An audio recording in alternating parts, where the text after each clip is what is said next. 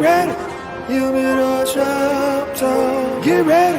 Humidor shop talk. Sports. Humidor shop talk. Cigars. Humidor shop talk. Get ready. Humidor shop talk. Get ready. Humidor shop talk.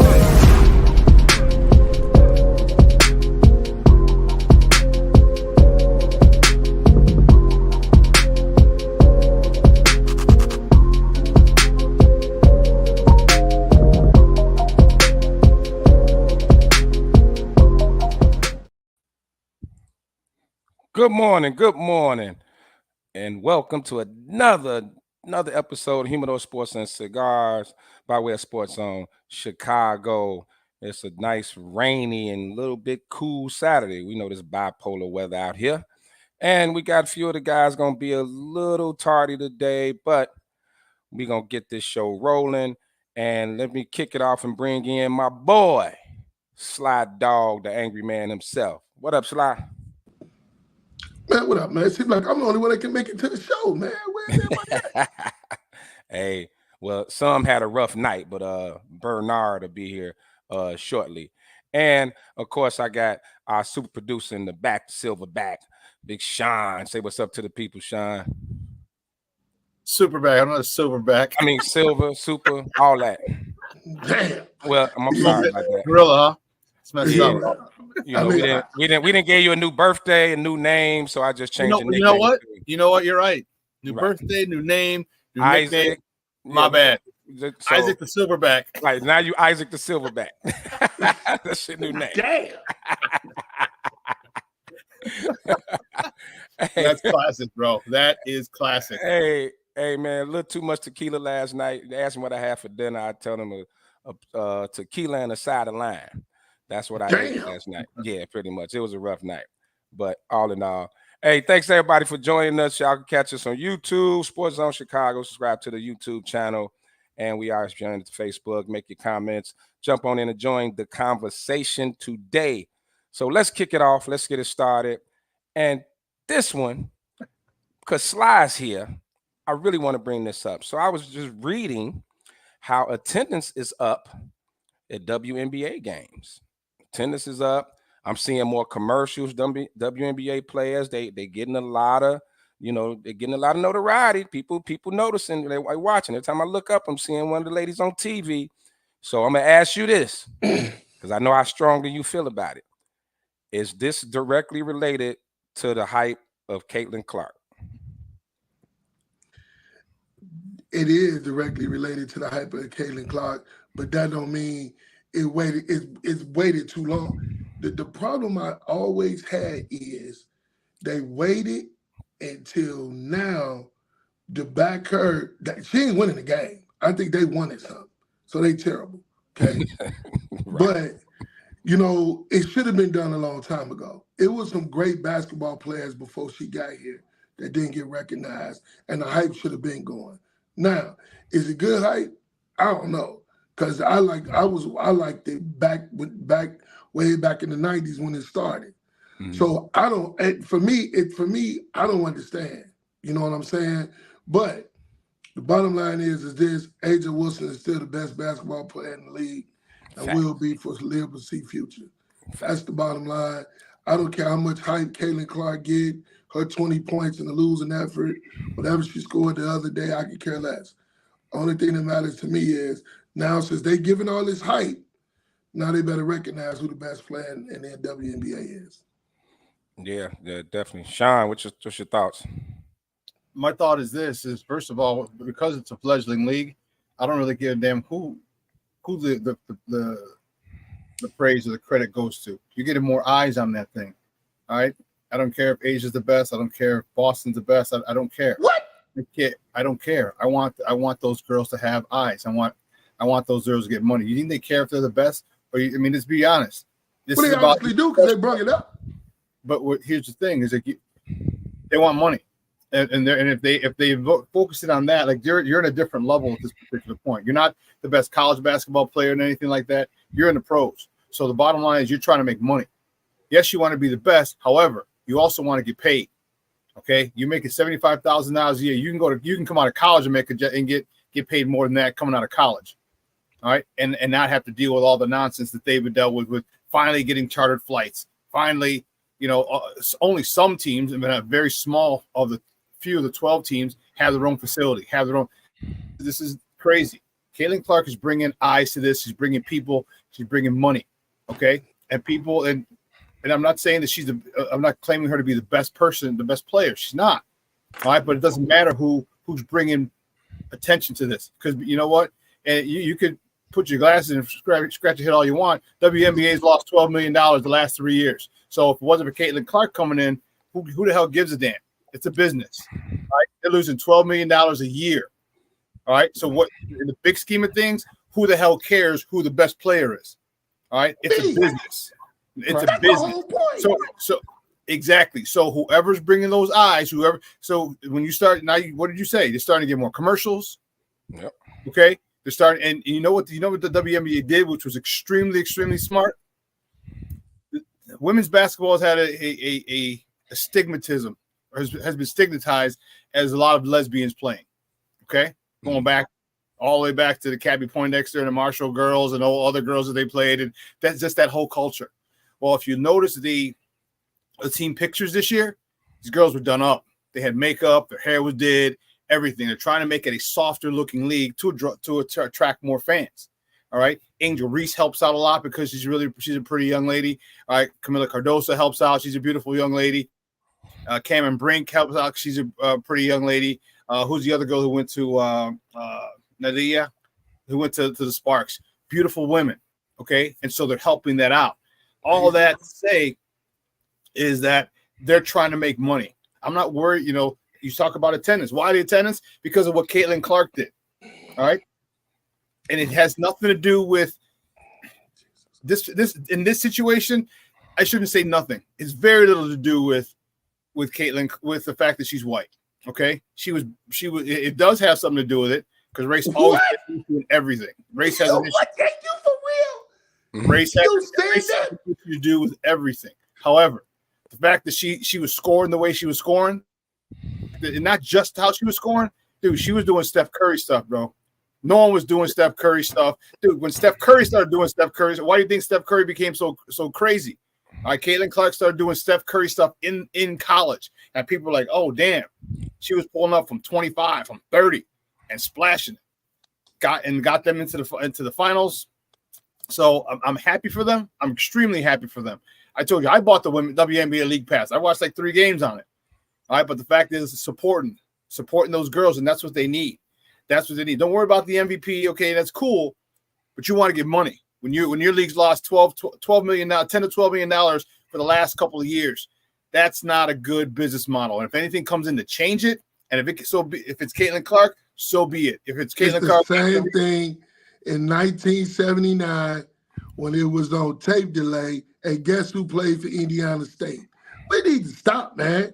This is what we need to stop. Don't ignore that. But don't say magic helped. But the reason why I came off tape delay is that guy from Indiana State University who wore DePaul, who beat everybody until he got to Magic. Then guess what? The NBA all of a sudden started getting a TV deal to be on TV. So why don't we stop? It's the same effect that happened in 1979 that happened in 2024. Now, if you want to say, well, that was good for the NBA. They came off tape delay and they got a TV, started being shown on TV regularly. Oh, that's fine. But don't ignore the obvious. And that's what you just said. Well, yeah, I mean, what did I say? I said race plays a part in everything. Yeah. I said race plays. So what? Why am I'm not ignoring it? I just said it played a part in everything. And staying on the race thing, let's be totally honest.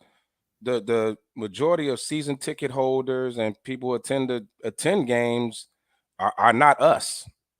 I mean, in all sports, let's face it.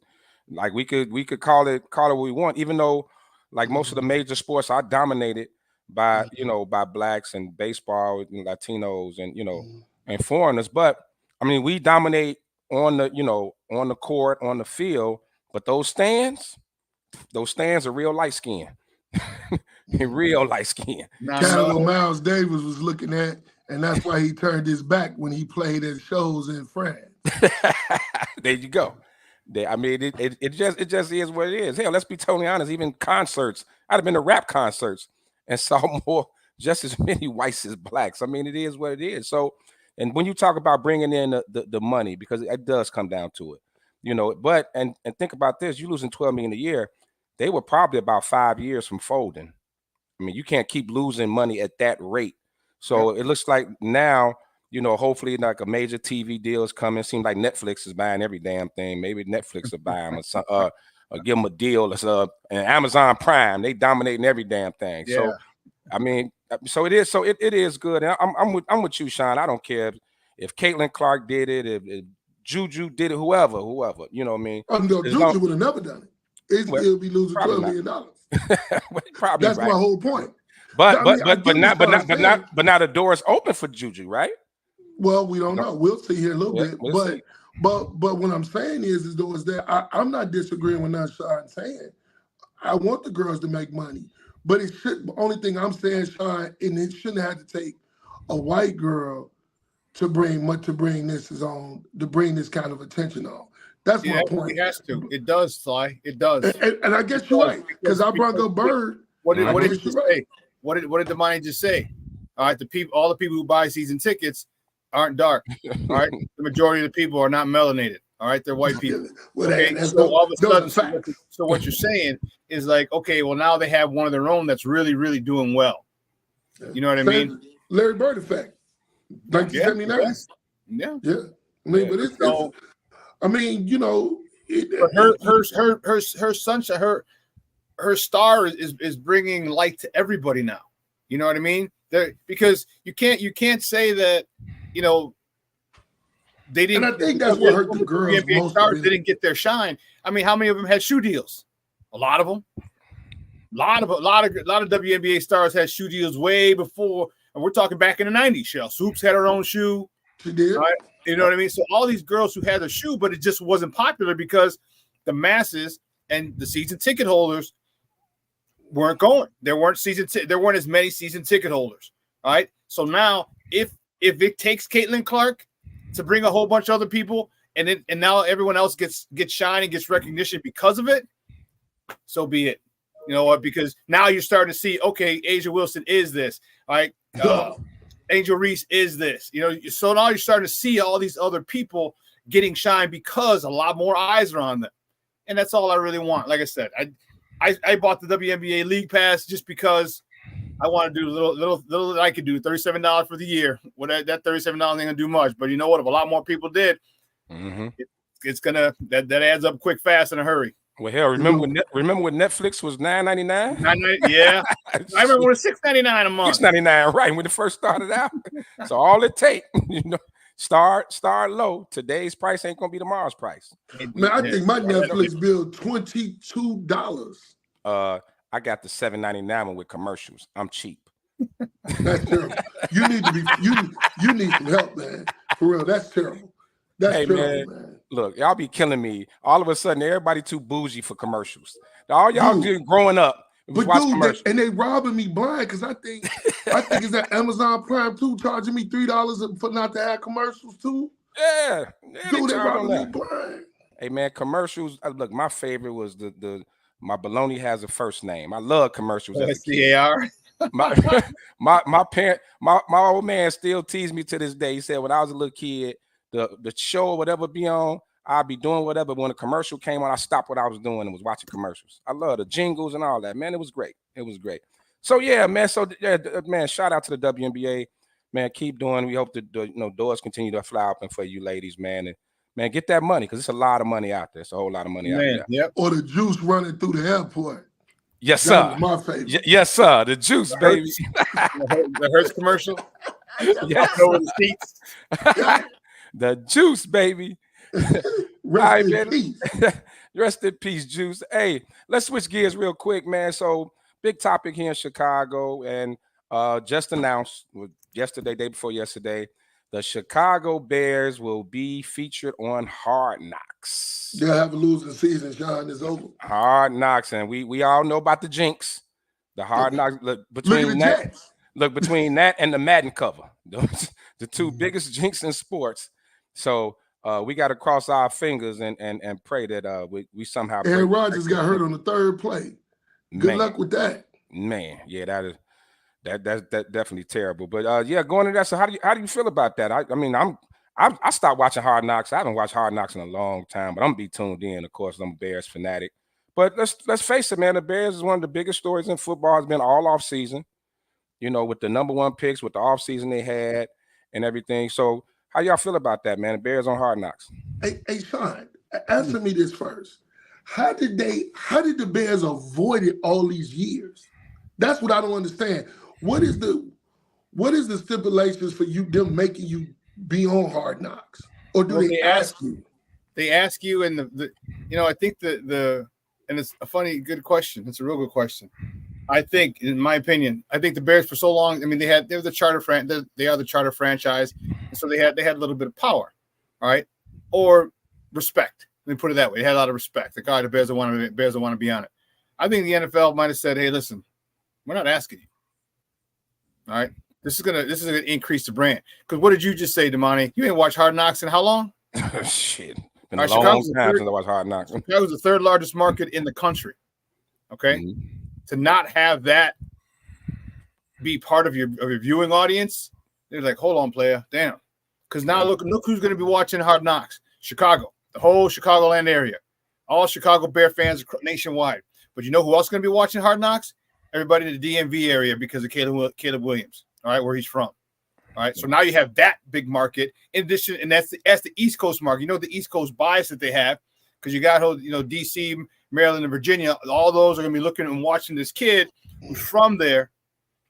So now that's another market, okay? And you're going to get the New Yorks and so adding the third largest market, it just there's too many storylines for the NFL not to have taken advantage of it. In my opinion, they might not have said it early, but they might have gone to Kevin Warren and be like, "Hey, man, you need to talk to your people," and you could do it.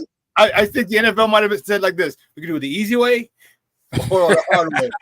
Like, you got to realize. See it? I think Warren might have been an instrument to say, "Hey, look, here's a chance for us to get some exposure. Here's a chance to get Caleb exposure." Remember, Caleb, he's going to be one of the faces of the NFL. It's going to be him. It's going to be obviously Mahomes is up there. You're going to have other people, Joe Burrow, a lot of these young quarterbacks, okay? And they want to get him some shine, some light. And, he's the best quarterback prospect in the last 15, 20 years and see how he plays out. So I personally, it's dual-fold for me. One is I'm a former player. I hate it. I would hate to have all those cameras in there and everything else while I'm doing it. But now being on this side of the fence, I love it. So in my opinion is this. I traveled with the Bears for a long time. The Bears, even losing, have people always talk about how Pittsburgh and Green Bay travel. Nobody ever talk about how powerful the Bears travel. Yeah, when the Bears went to New Orleans, last year when the Bears went to New Orleans, I was there. Do you hear me? It was all Bears fans, man. You thought it was a home game. They already got that. I'm serious, man. It was Bears fans in New Orleans, man. They had videos up there. We had a home parade. It was videos. It was everything. So can you imagine how nutcase they gonna be now when they get ready to travel to these different cities? So the problem, you're right. The NFL said, well, wait a minute. You not only is the third largest market, but what about all the Bears fans around the country? Yeah. And the ticket sales is going to be absolutely ridiculous to get to a Bears game probably anywhere. So already are. They're bad to begin with. They're going to be worse. Right. I mean, even when they travel, the tickets is going to be so extreme to watch them play. So whereas the NFL say, you know what? You're right, Sean. You guys got to do. You avoided all these years. Even when you was good, even when you were bad, you still were never on Hard Knocks.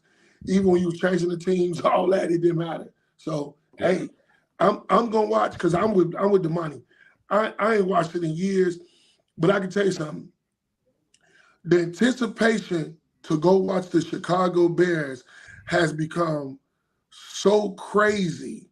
It's fever pitch. It's insane. Bruh, I bought my tickets to Houston, Sean, the day it was released. The next day, tickets was $600 one way. Yeah, it's crazy. It's Yeah. gonna cost you $1,200 to get to Houston. You Hey. might as well drive. Hey, yeah, everybody gonna be doing them 2-3 layovers. I don't care. We stop a few times. Dude, Save a couple $100. Southwest, the money did change my flight. They're incoming. They didn't change the flight I bought ain't the one they changed it to.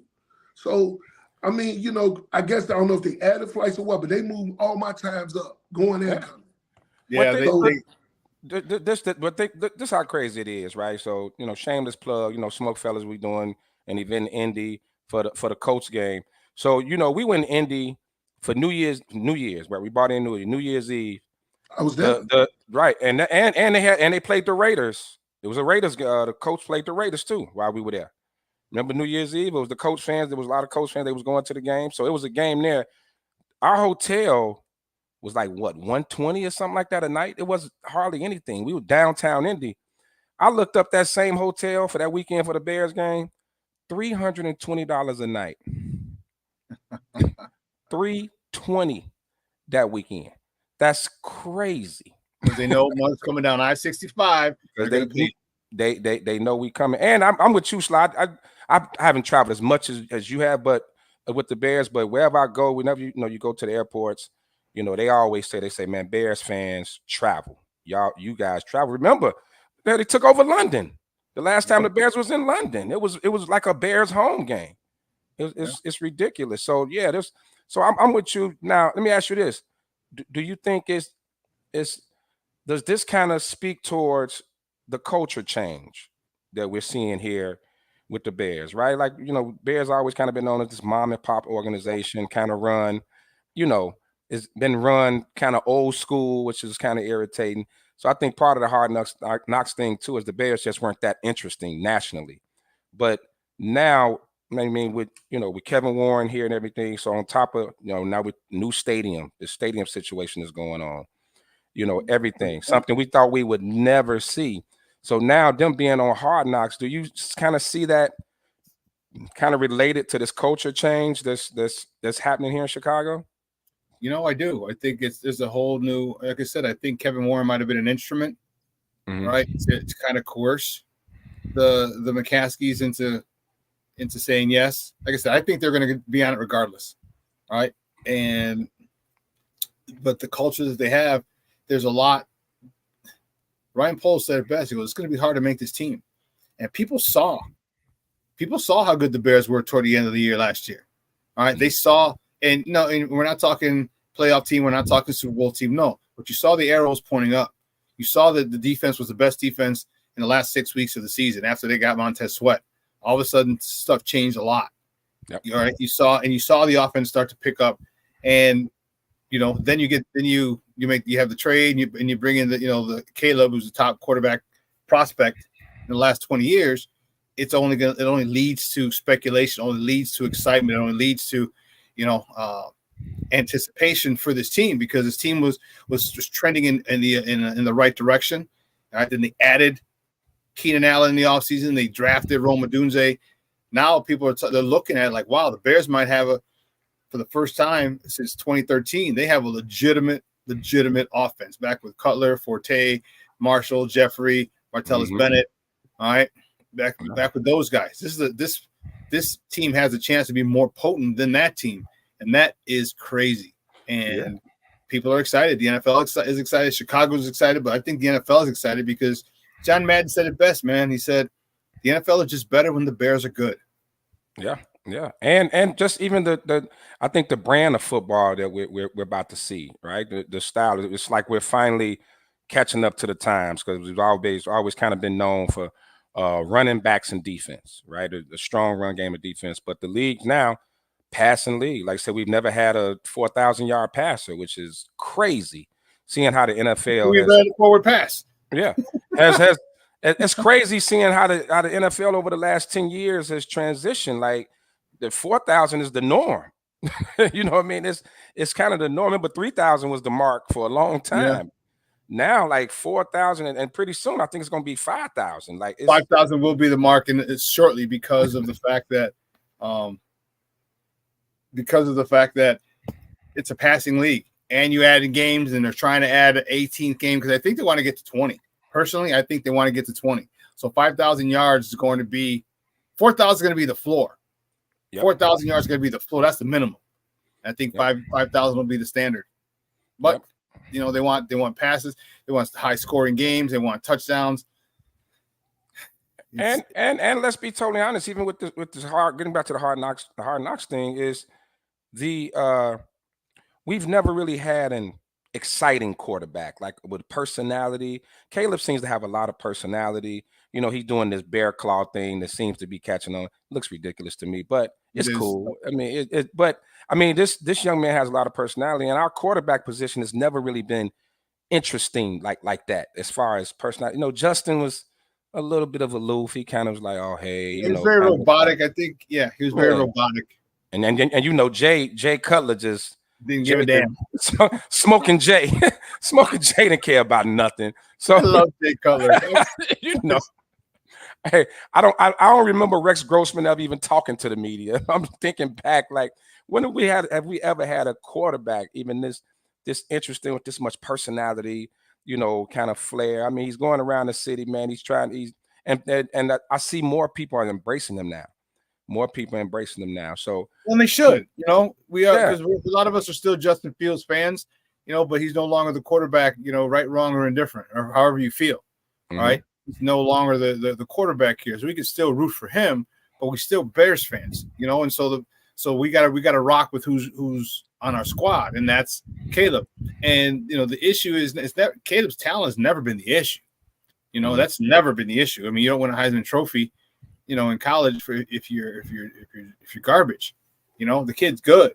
Okay, so everybody's embracing it. Looks, you know, unfortunately, you know, the Civil War had a lot of casualties, a lot of friendships were ruined. Okay, across the country from different people. You know, you had a lot of the meatheads. Then you had meatheads, pro Caleb, and it was a rough. It was savage. It was really, really savage. You know, and I think that here's the healing time. Like, okay. Let's just start. We're Bears fans. Let's root for who we got, and which is why I think there's so much hype and so much at everything. All right, the OTAs. All right, Caleb had a bad 7-on-7, and they're like, trade him, cut him, get rid of him, kill him, and throw him in the hospital. I'm like, call him a bus.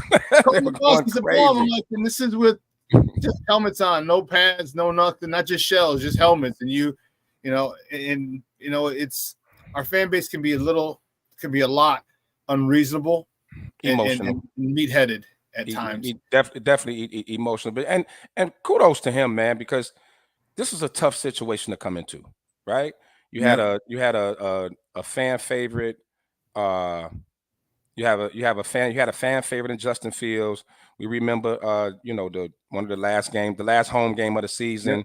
Crowds chanting, "We want Justin, we want Justin."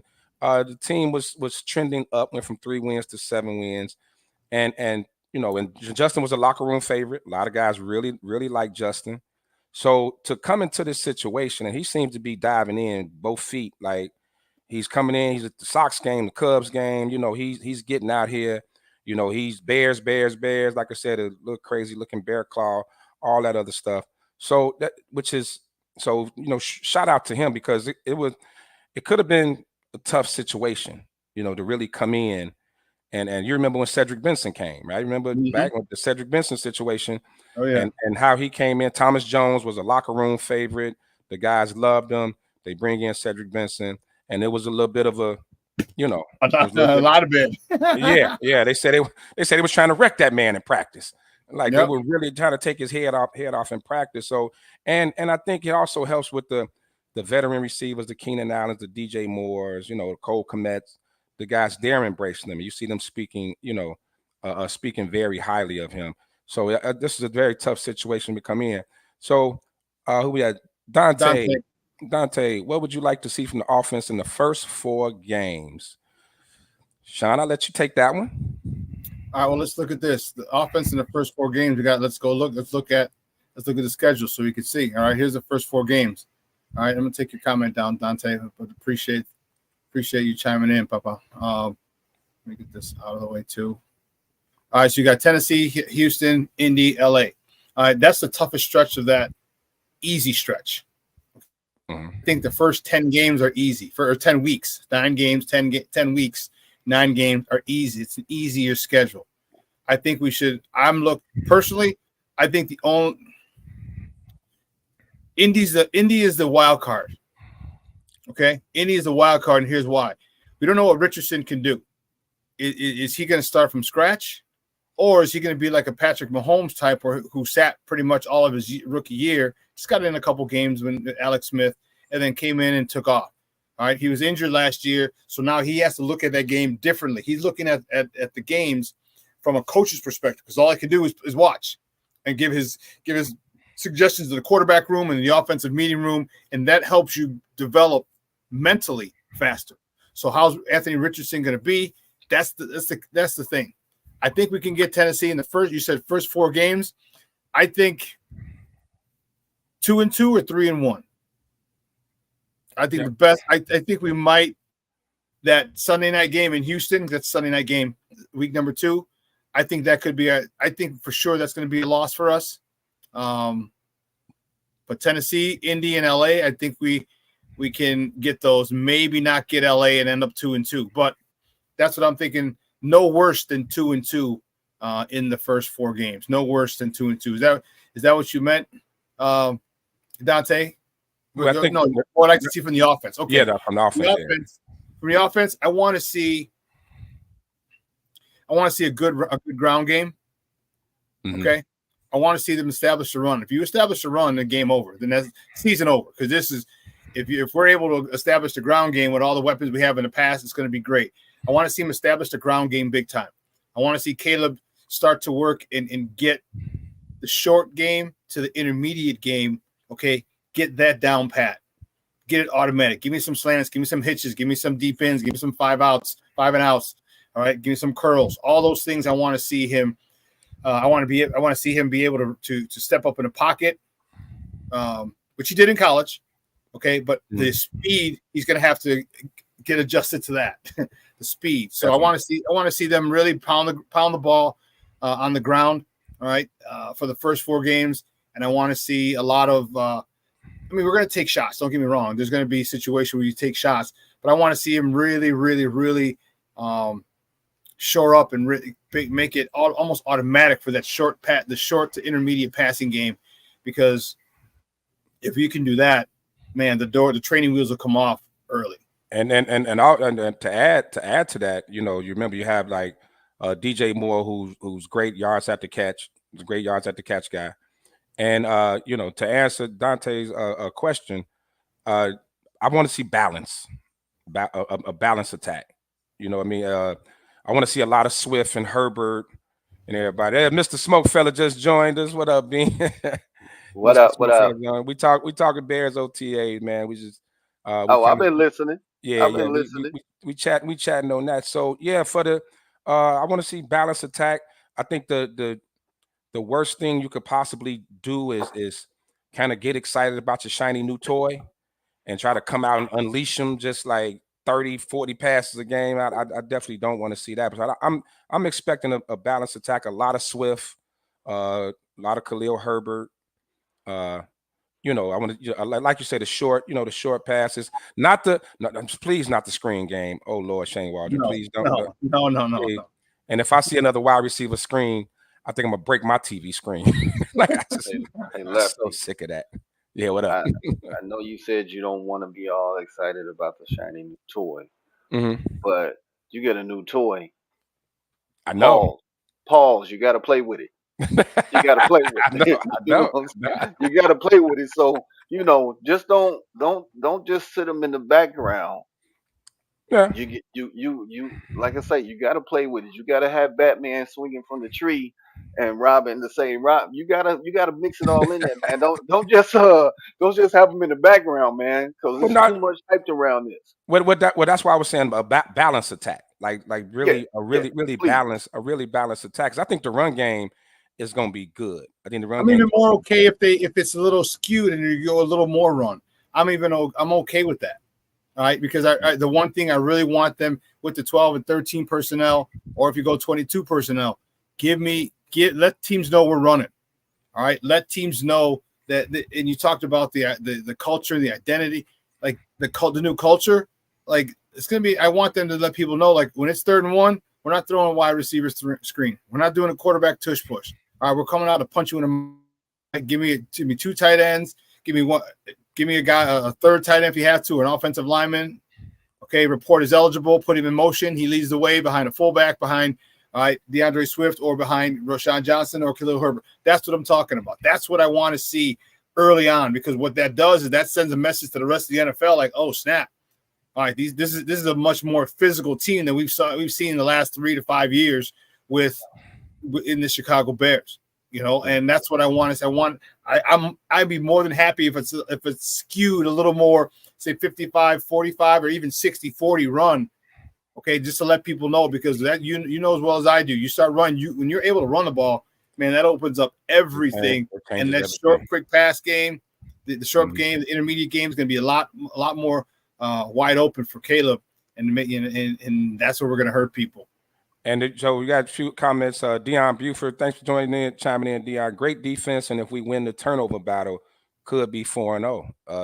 We could. Well, Houston's going to be the toughest game in that stretch. It's not out the realm of possibility. No, it's not. No, it's not at all. Isaac Lefty. We're gonna bring in KDL because he in the background.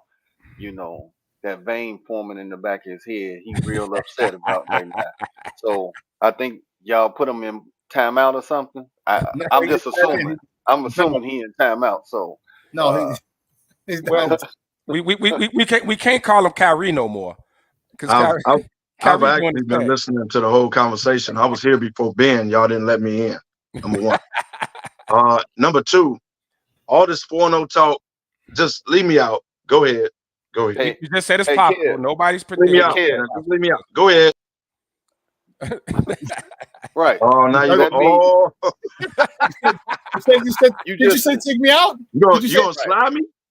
Hey, oh, okay. All right. But go ahead, man. That's funny. Y'all fans, y'all optimistic. Y'all fans, man. I get it. I get it. Y'all know damn well y'all ain't been to Houston. Now, the Indy game is questionable. Don't act like y'all just gonna blow through Indy like Indy is nothing. That's questionable. This, I keep telling y'all, it looks good on paper. Stop it. It has to play out on the field. If the man is throwing interceptions with no defense, what the hell is he going to do with defense? Well, hold on. It has to play out, man. I get it. It's been since y'all had him in time. 1985. I get it. I get it. Well, I get it. We went to the Super Bowl in 06, 07, whatever. Well, you went to the Super Bowl. Okay. Stop talking about 85. But no, that's the last time you won it. Yeah, that's the last time you won it. When people was in stonewash and damaged and used jeans and shit. But I think they know that. You're gonna go to the fashion. I said it could go 2-2. I was winning 85. But look, man, it could be 2-2 and 4-0. It could be anything in between. Unlike Houston's gonna be the toughest matchup in that first four. It's gonna be the toughest matchup in that first four segment. Houston, and the reason why is because Bobby Slowick's still gonna be there. I thought Bobby Slowick was gonna get another gig. He decided to stay. So now you got another year with him and CJ Stroud together. I think that's going to be a tough one. But then again, we still got a great defense. And they just signed a wide receiver. They gave him money too. Look, man, y'all got, so who is it? Indy. First is Tennessee. Tennessee. No, it's Tennessee. Indy. Tennessee. I'm sorry, at home. Then we're on the road at Houston. Then we're on the road at Indy, and then we're back home for the Rams. The Rams. Mm-hmm. Right. So the Rams ain't no pushover. No, not at all. No. Okay. Indy ain't guaranteed. Indy, I keep telling y'all, Indy ain't guaranteed. No, none of the games are guaranteed. Well, let's stop with the undefeated. Nothing. We just saying, Kev. I always saying, is this a possibility? But real quick, before you take over, I wanted the focus on the struggles of Caleb Williams the first week of OTA. So my perspective was a little different than a lot of people. I would have been more worried if this rookie quarterback in a new offense came out and just shredded the defense If he just came out and killed the defense, I would be a little more worried. People keep forgetting how good this Bears defense is going to be. It was at the end of last year, one of the best secondaries. They got him ranked as one of the top secondaries in the league. So he should struggle. But everybody, like you said, everybody else was making a big deal out of it because he was throwing picks. Yeah, he should be throwing picks. First of all, adjusting to the game and going up against a good defense. Now, they said he had a better second week OTAs. They said he did a yesterday. lot. They said it was really good. He only had 1 incompletion out of 15 passes. Yeah, and they said that was a pass interference. So I think people looked at it like, oh, like you said, he's going to be a bust. It's a problem. Oh, they should have kept Justin, and it's that and other. You're going up against a top defense, which is only going to make him better.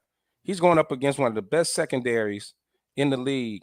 That's only going to make this. That's preparing him for what's coming during the season. So, go ahead, Ben. I'm not on that bust stuff. I kind of like this.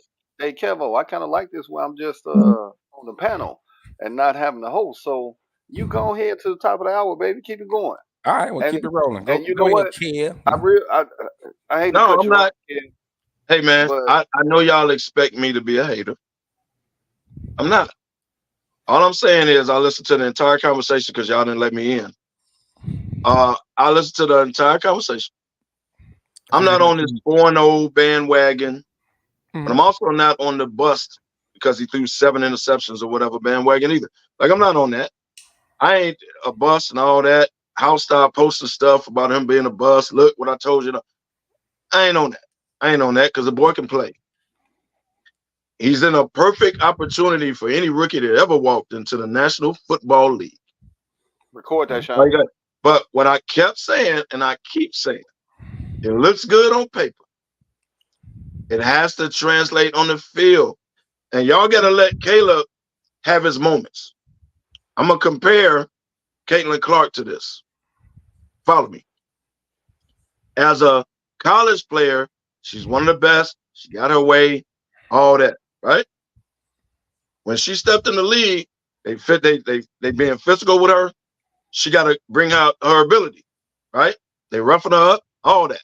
Flagrant fouling her, all kind of stuff. She has as the money say, toughen up buttercup. There it right? is. Okay. Caleb Williams going to have to do the same thing. He's going to have to realize that defenses, these big dudes are fast. I got to get rid of this ball. I got to adjust. This ain't USC. It ain't all about me. They ain't going to look out for me. You got to adjust to the league. And you're the number 1 pick. So they're going to come after you. All eyes on you. All eyes on you. So they're going to come after you, bro. These big boys fast. They really that fast. So you got to adjust and not hold the ball. You got to adjust. You have to give him time to do that. So he ain't going to come out throwing 5 touchdowns because he got DJ Moore and Keenan Allen and Swift and all. He has to adjust to the league, man. You have to allow him to do that. Now you got 18 games? I'm going to say this, man. Lefty, I normally don't agree with you because that's really a bad look. You say that every week, but go ahead. I don't. That's like once a month. Once a month, because I always say you got one a month. You know these shows are recorded, right? We're gonna have to go back to the tape. Hey, as they say, the tape never lies. Tape don't like lie. Our boys. Like our boys. The tape never lies. But Lefty, you're right, man. If he would have came in and shredded the defense, we got a real big problem with the defensive side. But like you said, at the end of the season, we got one of the top rated defenses, and that's the way it should. They should be beating up on them. They should be making it hard for them because, as they said, it's gonna make you better during the season. You know, Lefty, how I used to kill you in practice, that made you could guard anybody after you had to guard me. It is what it is. I love these delusional memories that you have of our basketball. Man, time you know, together, you get a 50. So he guarded a dude that shot 50 times a game. That made him better. Hey. Hey, he get a 50 piece in practice, and then he can go out and then shut somebody down. It is what it is. I definitely had to move my feet a lot. Trust me. Trust me. It wasn't no resting guarding him because he was. And the ball was going up. Lefty. Happy birthday. Happy birthday to you, Lefty. My hat? Yeah, happy birthday. Hey, well, listen, I disagree with you a little bit, Kev, and here's why. I agree with the premise of it.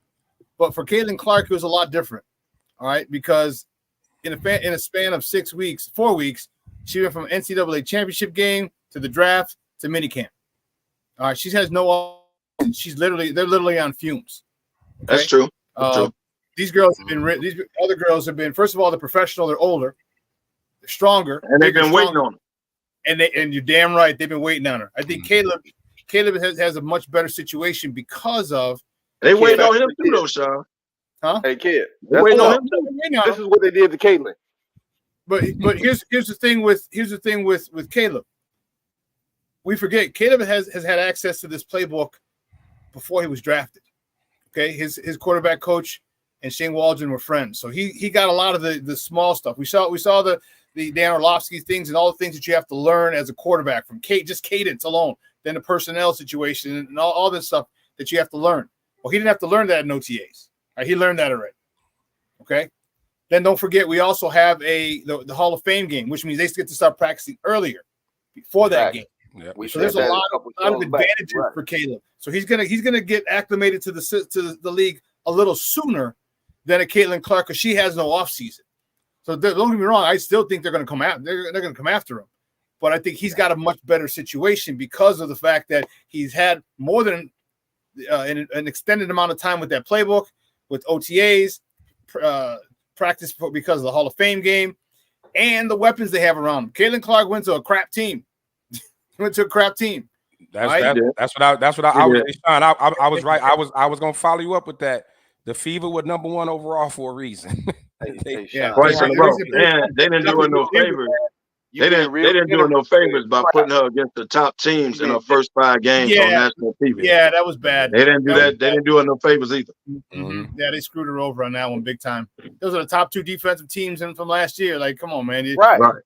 They and then, you got people like Sly. Come on. Oh, see, I told you she's nothing. Look, she didn't do nothing in those first. Connecticut is one of the top defensive teams in the league. They played them twice. Yep. Come on, man. Yeah. The 2 top defensive teams. As a matter of fact, and they played the Liberty. The 2 teams that went to the chip last year was on the schedule with the first 2 games. Yeah. Like, come on. Yeah, but I think WNBA should have done her a service because just think, imagine they put Caitlin against one of the worst teams beside her team. Okay, the second worst team, all right, and she drops 50. She drops 35. Doesn't even go crazy. She drops 35. But she dropped 30 in one of them. You know how much more hype she gets? You know how much more hype? Like, oh, damn, she went right from and then people say, man, just from 4 weeks, she went from the NCAA championship game to draft to training camp, and boom, she dropped 35 in her first game. You know what I mean? All of a sudden, she dropped 30 in one of them, though. And they don't get blown out. that don't help either. Getting blown out, but getting back to Caleb though, I think like you said, so the situation is perfect. That's why we were saying when the question was asked earlier, what do we expect from the offense in the first 4 games? You know, run game and defense, to have this supporting cast that he has is unheard of. Man, it's a 7-win team. The Bears weren't a true number 1 overall pick team. They got it via the trade because Carolina sucks. So that I think that's going to help them. And like we were talking about, going up against one of the top defenses every day in practice, that's going to help them. You know, and I know Eberflus, he has them practicing hard. They practice hard. It's not Can I give y'all a comparison a little bit? Mm-hmm. The Green Bay quarterback sat how many years? 3. Jordan Love sat 3 years. Yep. Sat 3 years. His first half of the season sucked. They were calling him a bust. It wasn't. They were calling him a bust. It wasn't. He wasn't ready. All that. The second half of the season, he got it. Something clicked, and he got it. Balled out. Green Bay got hot, went into the playoffs. So if he sat 3 years, and his first, say, 6 games were bad, and people were calling him a bust, he sat 3 years, ain't ready. What do you think the adjustment Caleb Williams has to make? He ain't sitting 3 years. He coming right in as the starting quarterback. You're looking at the difference in talent too, though. Jordan Love was number 24, 25 pick. He was. I get it, but he sat 3 years and he sat behind a Hall of Fame quarterback. Right. This man is coming in right off the bat as the starting quarterback for the Chicago Bears. If you think it ain't gonna be an adjustment period, like you Bears fans gonna be mad the first half of the season. Okay. And here's why. He's gonna go through his adjustment period. I don't think so. Can I come back? And y'all gonna be ready for him to jump on and explode. And you're gonna lose some games that y'all counting as wins, which I keep telling y'all, stop this 4-0 stuff. He gotta adjust as a rookie, man. This ain't USC. These boys are fast. These boys are big. He has to adjust. Kev. I got to call BS on. Well, I'm gonna let y'all live y'all fantasy. I'm gonna let y'all live y'all fantasy. On your analogy, y'all ain't listening to me, but go ahead. There's a difference in talent, and yes, you are absolutely correct. It's an adjustment period. Now, Jordan Love shouldn't have had an adjustment period because he was in that number 2 spot for 3 years. Same system, same play caller. Same system, nothing changed. 3 years, he should have stepped right in and done better. I won't call him a bust in his first half of the season. He just struggled for it to click on. Now, when it comes what makes you think Caleb Williams won't struggle? When it comes to Caleb, I'm not saying that he's not going to struggle. Difference of talent and difference of what is around him. Let's not forget. But he has to play himself. It ain't about he set up tonight. Romeo Dobbs were second-year players. All right, Jaden Reed was a first-year player. So Green Bay was young. I agree, sir. Right. You got to look at all those intangibles. You got 4 legitimate receivers, veterans. You got DJ Moore, you got Keenan Allen, you got Cole Kmet, and you have the other Walker. I want to say Gerald Everett.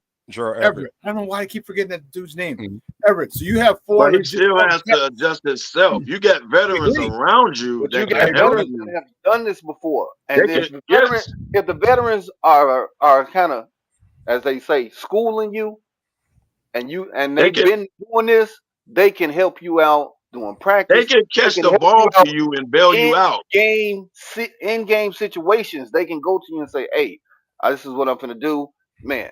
Look me up, hit me." Okay. They can bail you out and catch passes. That's a ride. I get it because they're veterans. They can bail you out. They can come back to the ball. They know they can read. They can see what the defense is doing, and they can adjust and say, "Come to me." You still have to be able to get rid of the ball and read the defense. But it's gonna be an adjustment for him, man. To think he's coming out the box and y'all 4-0 and all that. Stop. But Cam, Jordan Love had to adjust 3 years. What do you think a rookie in the National Football League is going to have to do? You said you've been listening to the show, but that's what we were saying. That's why when the question came up about what do we expect the first 4 games, like we say, don't expect him to come out and throw for 300-400 yards a game. Like that's what we were talking about. Lean on the defense and the running game. And what's Sean's favorite line? Coaching matters. Coaching matters. Shane Waldron should know he's not going to try to come out and unleash him to the world. Yeah, definitely. Hey, did you see? You see my new name? Yeah, the Silverback. I got it. Silverback. Isaac, the Silverback. Isaac, Silverback, baby. Hey, Damani's like, he goes, we gave you a new name, we gave you a new birthday, I'm giving you a new nickname. I'm like, you got a happy birthday, Sean. My bad. Happy birthday. You got a whole new identity, Sean. You got a whole new happy birthday, Isaac, right? Isaac. My bad. Happy birthday, Isaac. Sean's birthday is later in the year. Hey, shameless plug. Today is June 1st, right? Yes, it is. Cue up Bone Thugs and Harmony. Hey, Lefty, it's our birthday month. That's right. It's coming, baby. Cancer season is coming. Y'all don't even celebrate y'all whole season. Get Gemini's just warming it up. They just Kev, just because you celebrate from Thanksgiving, I celebrate my season, sir. You celebrate your season is 8 months, bro. You celebrate before Jesus' birthday. You gonna put yourself before Jesus? That was the younger me. The older me, I celebrate my season only. So the day of my season to the end. So the 8 month thing over with. Yeah, it's over. I'm older now. For 5 years, I didn't know your actual birthday at all. So now is it just a month? Just the Gemini? What sign are you? Capricorn, baby. So now it's just a Capricorn season from just a season, Sean. Just a season. Okay. Day one. When I first met Day him, one. bro, I didn't know when his birthday was because it's like, man, We as did soon like as the 10, fall hit, he started partying for his birthday. we did 10,000 toasts. KS had so many toasts. I was like, when is his birthday for real? Hey, Sean, When it I popped was up in on Facebook, I Arizona. was shocked. I was in Arizona or Vegas, and my actual birthday hit. And they posted on my page like, today your actual? Right. Right. That's what we've been doing the last 3 weeks. Exactly. Getting ready. Right, warming it Right. up. Warming it up, Prepping. Paul. So, hey, so speaking of June 1st, hey, the June 1st cuts coming. Yeah. Yes, sir. The cuts are coming. Yes, And sir. it's some big names. They got on So the let's possible see. cut Let's see list. what happens. Let's see what happens. Basically this is a second wave of free agency. Yep. Yeah. Hey, So you guys free think that Daniel Ryan Jones. Pope's going to go grab that? Free Daniel DN? Jones. Free Daniel Good. Jones. Goodbye. You think You you say think grab they're gonna him? you think they're gonna be able? This is where Ryan Poles may get another defensive end for the year. See, that's definitely. depending on who's cut. Absolutely. It might depend on how much money the dude want. Mhm. They got a list of names on the board. And if they appear on there, they're gonna be like, come on. So what do you do? What do you do if you're the Bears? Like, do you go after the best one, or do you sit and wait? Because the longer you wait and the more you get to training, the closer you get to training camp, that price comes down because these NFL players got a lifestyle they got to lead. Mama got new shoes, she got to buy. New purses, she got to buy. And at some point, like, all right, I was asking for 10, I might take 6 now, or I might take Now, 5. Sean, that's a hell of a question because if you wait, you could lose on that top one. Bingo. But then if you wait, you saving money. So it depends on who that player is, if you're gonna wait or not. Because In the NFL, you always leave a roster spot open for injury. that is true. Also, but the thing is, At any position. Next year's edge draft is really, really deep. So you may only need to get a guy for a year, sign him for 2 years or whatever, but really need him for a year. So you don't need the top free agent. You think maybe get like a mediocre, above average if they're available. I mean, you got to think of it like this. I think agents and everybody know you can't expect a huge payday because a lot of teams already spent most of their cap. Right, they just cut you. Right. They spent most of their cap. Now the Bears got Yannick late. Remember, they picked up Yannick late last year. Like it was almost like a week before camp, wasn't it? It was like a week before camp when they signed him or something like that. This is my feeling and my suggestion.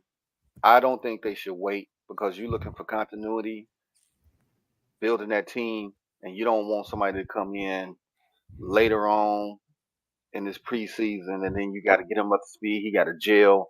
I say we go ahead, pull the trigger on whoever that person is. Don't know if he the top, don't know if he mid, whatever he is, pull the trigger so now that he can get continuity with that defense and kind of fit and we go rolling into the season. That's just my thought. Okay, so as far as the Bears, is it a need, or you just doing it because you can? It's a need. I think you need someone. You need to double up. For an end? You need to double up. You need to give Sweat some breathing because he's gonna draw the double. Right now, if game started today, he's drawing a double. So you need somebody on the other side that can take advantage of it. That can take advantage of it. Yeah, definitely can take advantage of it. And I think you're really looking more for a pass rush specialist because you got like Javon Walker he's the other end right now. He plays two. He plays the run pretty good. That's two. You shoot your wide early. It's just the first, man. No Diddy. But dog, so he has I think you just like a pure pass rusher, like a pure, like you don't have to, maybe just a third down specialist, like when Mark Anderson used to be with the Bears. So who's the dude on the other side now? Javon Walker. Yeah, Javon Walker. He had about he's not good enough in your eyes. Well, he's good against the run. I think he only had like 5 sacks. I think if that. Like he's not his pass rushing ain't his strength. Put it like that. But he's good against the run. But depending on what he worked on this offseason, that's true. That could change. He could be that X factor, and people are like, oh, we only worried about him on the run, and then he surprised you, and now he got 9-10 sacks on the season. You like, whoa. Yeah. The reason I'm asking is because I asked, was it a need for pass rusher? Y'all said it was. So now I'm asking, is dude good enough on the other side of Sweat to maintain that you may be able to hold off on a pass rusher for next year? On his off-season work. Depending on his off-season work, Kev. Yeah, I'm sure that they was been working with him on his footwork. Well, everybody working off season. That ain't, you know what I mean? Like, everybody that working ain't off true. season. That ain't true. Some people just raw talent, and that's what they rolling but also, with. if you got the money to spend, and like Sean was saying earlier, like a 1-2 year deal, because you got that rookie Austin Booker, you know, that'll give him time to develop. So yeah, if you got the money to spend, why not? I don't think you got to hold out and just leave Javon Walker over there. You know what I mean? Yeah, it's definitely a need. Well, Lefty, we at the top of the hour, man. I mean, if you want to keep rolling, then you can. No, it's on you. No, we could stop talking about the Bears. There's more things going on in the world. Move on. It's on you. Top of the hour. It's on Lefty you. Has relinquished. Whack Kellerman. well, okay now. That's for calling me Skip Hairless.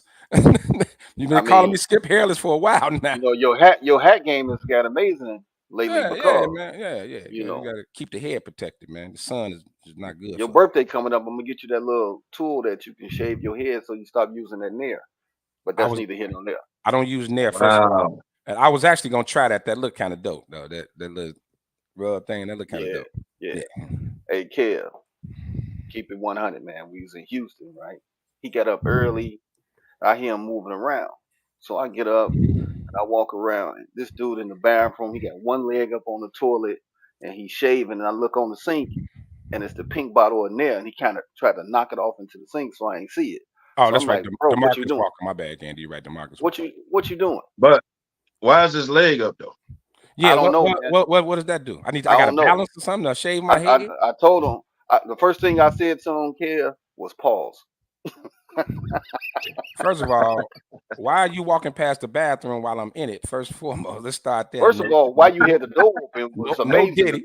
No Diddy, but I'm just saying, and it's all right.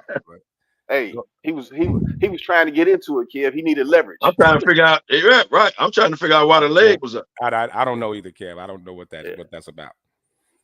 I have no idea. Thought he was alone in his room singing LL. But no, I stand corrected. DeMarcus Walker is DeMarcus, not Javon Walker. DeMarcus Walker, the other DN. And Kevin, all right, you right. It's other things going on, man.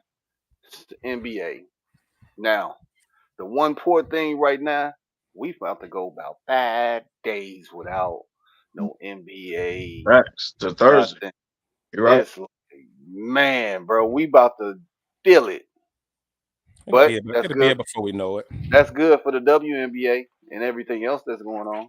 You know, good point. That's a good point. Now, all the way to Thursday, guys, Dante, you know, Dion, how I do. I kind of throw some things out to the fellas, man. A question, whatever, make their mind think, or answer a more difficult question.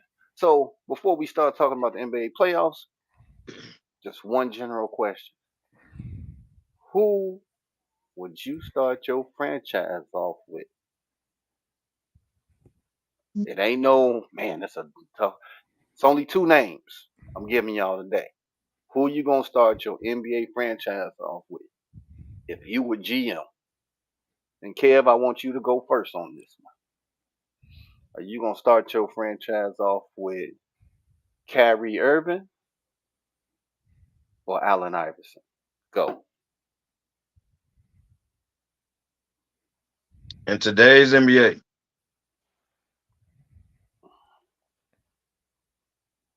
so we ain't shit. We the number 1 pick in the draft.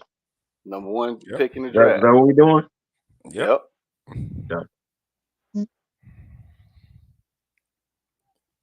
I'm gonna go AI. Why is that? I'm gonna go AI. I'm gonna go AI because he's more of a superstar than Kyrie is. I don't know when Kyrie's sister's birthday is. I don't know when Kyrie is gonna stand for. Hey man, look. Let that go, man. Hey man, look. Come on. You never know. He's on his best behavior right now He's focused on winning the championship. He's good with being second fiddle, which he wasn't with LeBron. He's matured. I give him all the credit in the world. But if you're going to ask me who I'm starting my franchise with, who I can trust, I can get over the partying. Hey, everybody, get over the, hanging out late, and get over all that. I'm gonna go with a superstar. Basically, because I'm not gonna put this on ability. Basically, that I can trust, and I trust Iverson over Kyrie. Carry on. All right, Lefty, where you going? And then I'll give you mine. Today's NBA, I think with the rules and how the 3-pointer is so relevant, I would go Kyrie.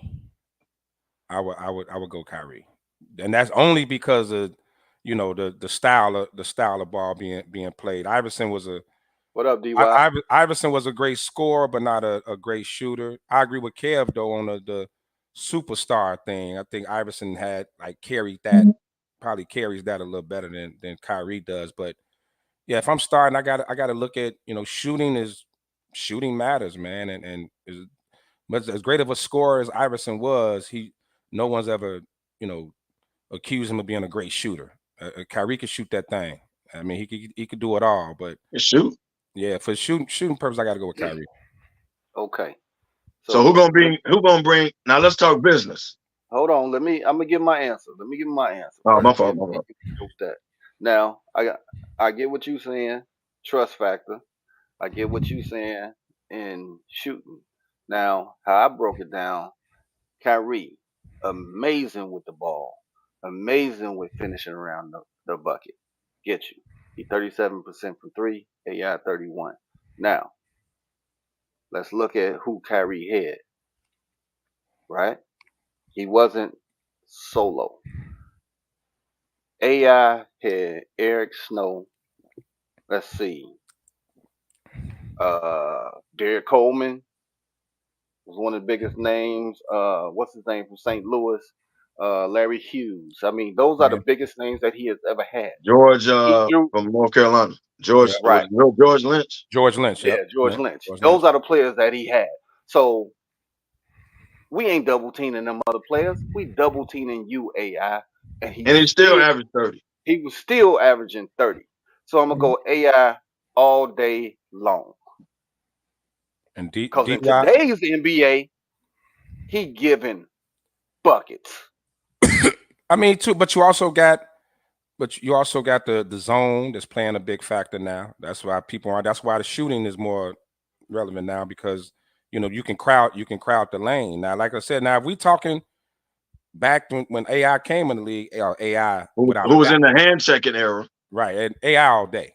AI all day. If we going that way, I just can't based off today's game. Bigger than him. Everybody was much bigger than him, and he was giving the business. Oh, yeah. And hey, he rocked Michael Jordan. He rocked Scottie Pippen. He destroyed poor Luau. He hit Fisher so hard. Fisher went from the 3-point line all the way to the baseline. He fell back so hard. So I mean, but Kyrie had some of his.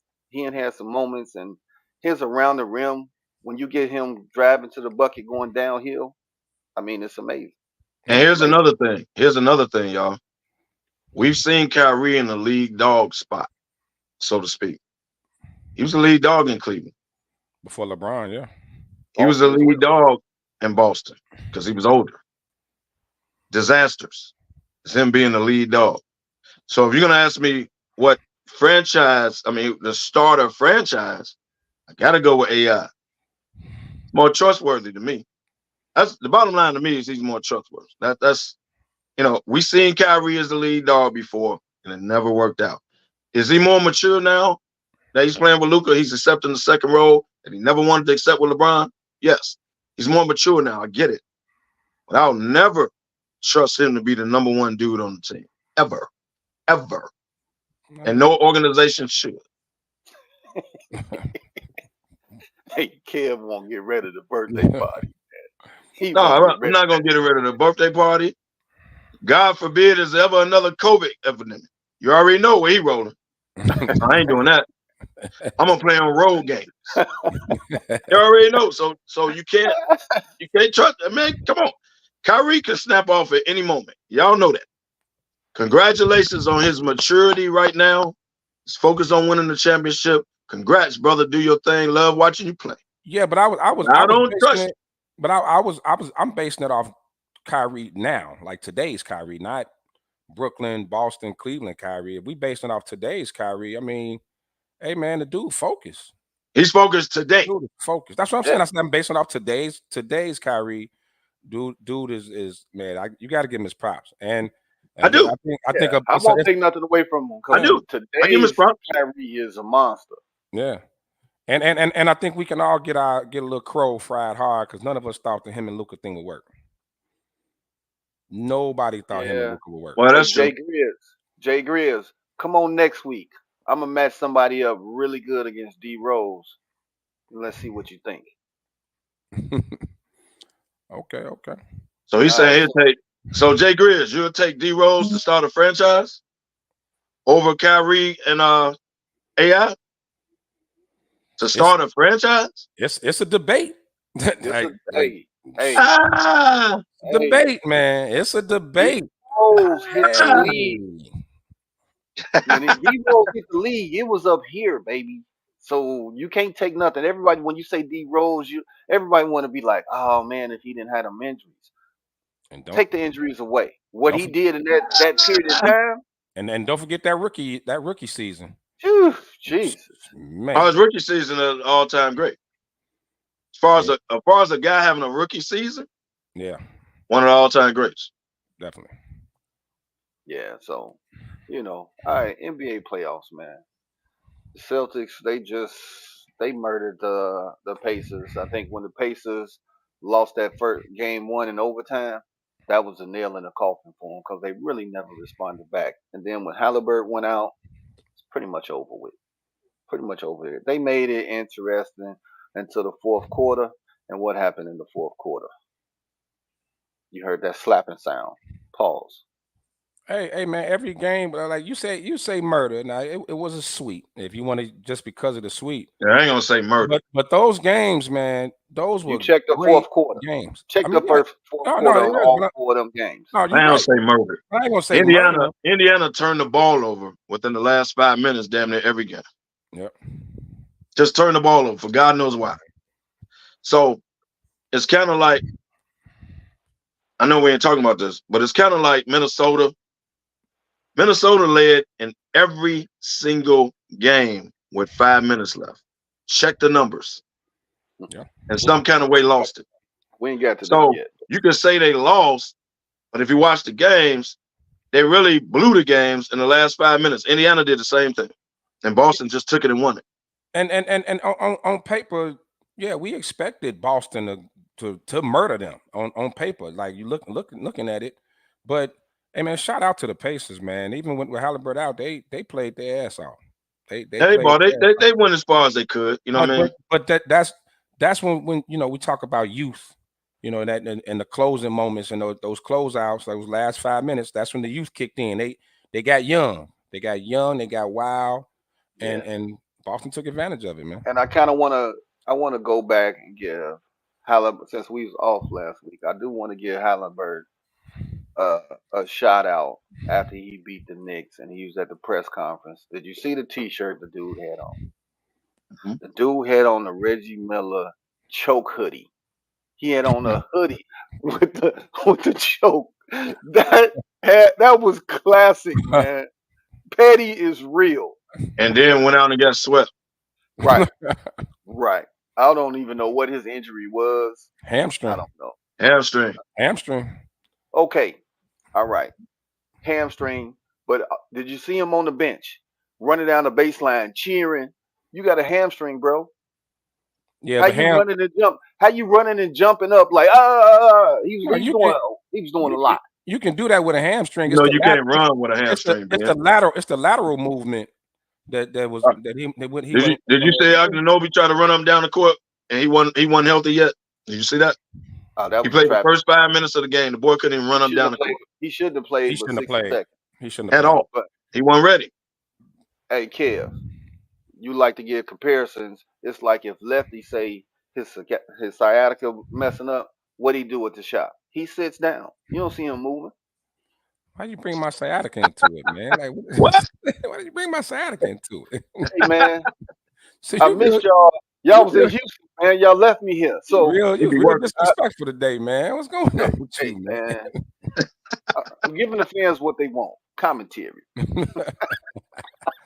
But man, look, has Boston been is this one of the luckiest Man, playoff runs ever to no, because y'all Jimmy? say the same thing about Golden State a couple years back when players was getting No, hurt and they said, no, oh, they had an No, easy they didn't run into no. injuries like Boston ran into straight injuries. The Knicks, Pacers, The Heat, Miami, like Jimmy Butler, Boston and ran. Boston had a good road, dog. they top dudes went out. I mean, Right, they top guys went right. out, man. That's hard. Hey, Even if they would have somebody, played the Knicks, they'd have ran into injuries. Yeah. somebody was in So the Boston 200, had a 200 good way to get there, dog. You gotta. I'm not saying they still gotta go out and win the games, but I think they're gonna get tested against Dallas because they got them two dudes, right? But I know I'm jumping the gun because you're probably gonna ask this a little later. If Boston does not win the championship this year, what do?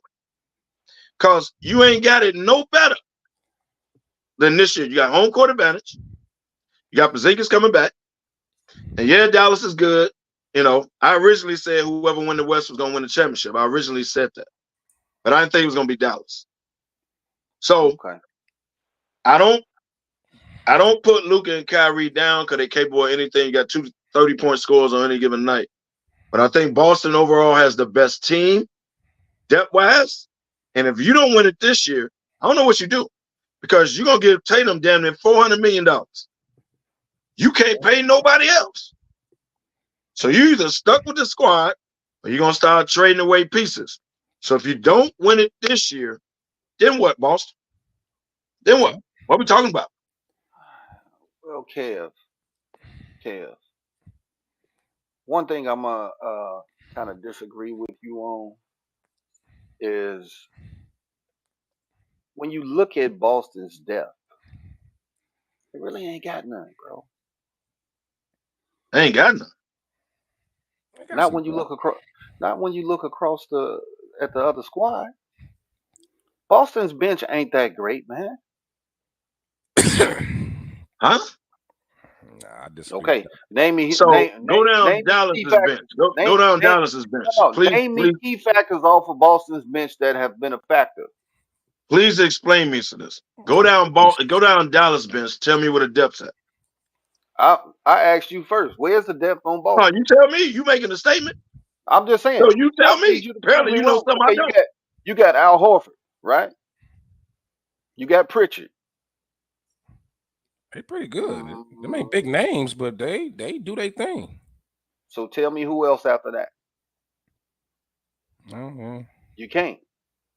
You can't. They got, I don't know his name, but they got the dude that come off the tall dude come off shoot the threes. Start with an H.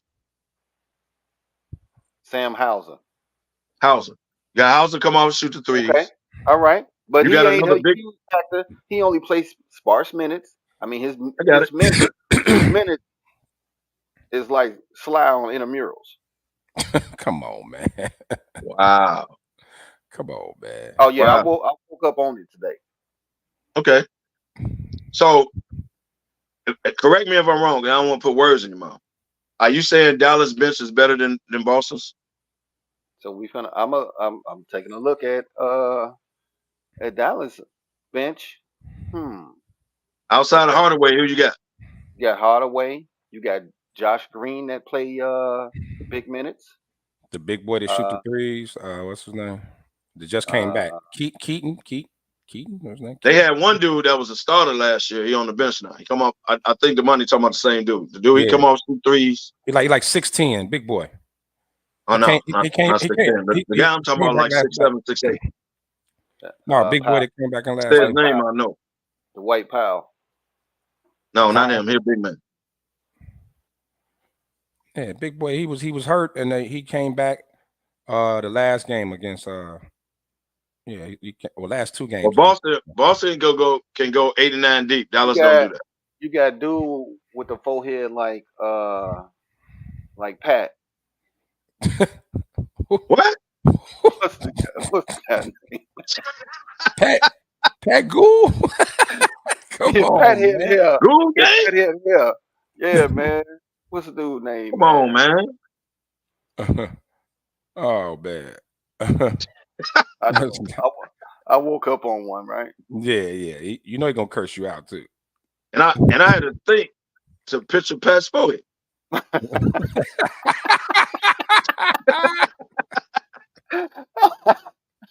Come on, man. You said it though, Ben. I ain't say it. Hey, Pat, he said it. Hey man. Yeah, but you kick in. You're gonna get a phone call.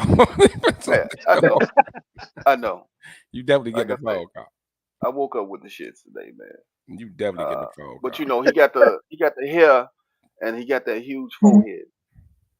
I can't remember his name right now, but I don't know what you're talking about. I think their bench is a little bit better, to be honest. I'm not saying it's by much. Boston has been the deepest team all year, the best starting 5, per man all year. We're not gonna get to the finals and say Dallas is better because you didn't even expect Dallas to be there. So we're not doing that. We're not gonna do that. I swear, Gandy be killing me with this Obi-Wan Cabaldi.